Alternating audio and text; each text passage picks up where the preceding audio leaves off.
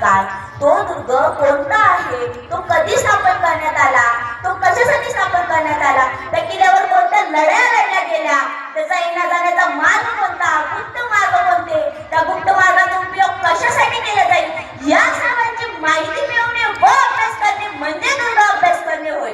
तसेच किल्ल्याचा इतिहास, स्थापत्यशास्त्र आणि महत्त्व समजून घेणे, जाणून घेणे म्हणजे दुर्ग अभ्यास करणे होय. जर शाळेतील मुलांना किल्ल्यांविषयी माहिती दिली तर त्यांना आपल्या छत्रपती शिवाजी महाराजांनी आपली संस्कृती कशी जपली व ती आपण कशी जपायला हवी हे समजेल. आजकाल सर्वच मुली माणसे डिप्रेस झाली आहे, ते सतत स्ट्रेस मध्ये असतात. त्यांना निसर्गाच्या सानिध्यात जाण्याची गरज आहे, परंतु याच्या जगात कोणाला सुद्धा 2 मिनिटं निसर्ग पाहण्याचा वेळ राहिला नाही. परंतु जेव्हा आपण किल्ल्यावर जातो ना, तेव्हा आपले मन शांत होते, कारण किल्ला हा निसर्गाच्या सानिध्यात असतो. तिथे गेल्यावर आपल्या मनासोबत बुद्धी सुद्धा शांत होते. आपण गड चढला की आपल्या मनात पहिला एकच प्रश्न येतो, आपल्याला एवढ्या सेवा सुविधा असून गड चढायला गेल्यावर दम लागतो. त्या काळात छत्रपती शिवाजी महाराजांनी हेच गड कसे बांधले असतील, त्यांचे मावळे व ते स्वतः कसे गड चढत व उतरत असतील. जर आपल्याला हे जाणून घ्यायचे असेल ना की हा गड कसा बांधला, त्यासाठी दुर्ग अभ्यास महत्वाचा आहे. दुर्ग अभ्यासामुळे फक्त मनच शांत होत नाही, तर आपल्याला आपल्या महाराजांच्या संस्कृतीची जाणीव होते.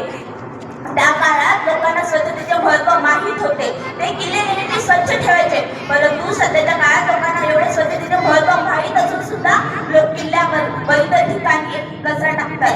दुर्ग अभ्यास करण्यासाठी दुर्गे तर पाहिजे ना, किल्ल्यांचे संवर्धन करणे ही काळाची गरज झाली आहे.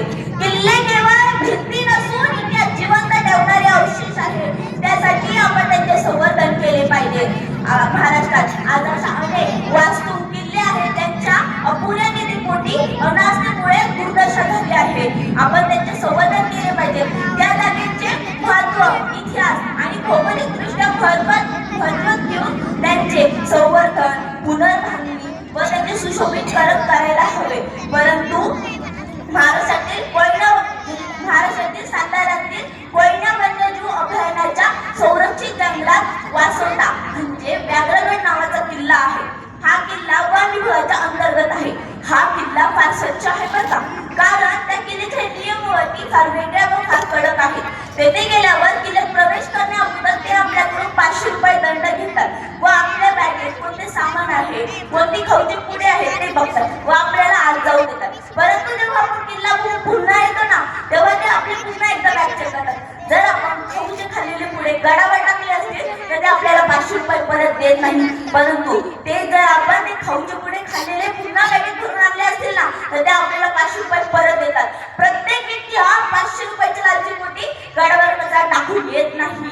जर कोणता व्यक्ती पैशामुळे बिघडत असेल ना, तर त्याला पैशाने सुद्धा नीट करता येते, फक्त त्यासाठी नियम वेगळे करावे लागतात. आज जर आपण विचारपूर्वक पाऊल उचलले ना, तरच पुढच्या पिढीला दुर्ग अभ्यास का करावा लागेल, काय दुर्ग अभ्यासासाठी काय करावं लागेल, दुर्ग संवर्धन का करावं लागेल हे समजेल. आजचीच काही दिवसापूर्वीची गोष्ट आहे. जो आपला चाकणचा संग्रामदुर्ग किल्ला आहे ना, त्या किल्ल्याचे सुद्धा संवर्धन करण्यासाठी त्याच्यामधून जाणारा रस्ता बंद करायचे त्यांनी ठरवले होते. परंतु काही लोकांच्या याच्यावरती मतभेद आहे.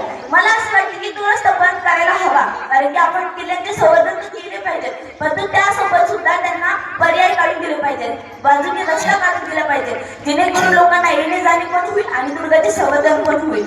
धन्यवाद.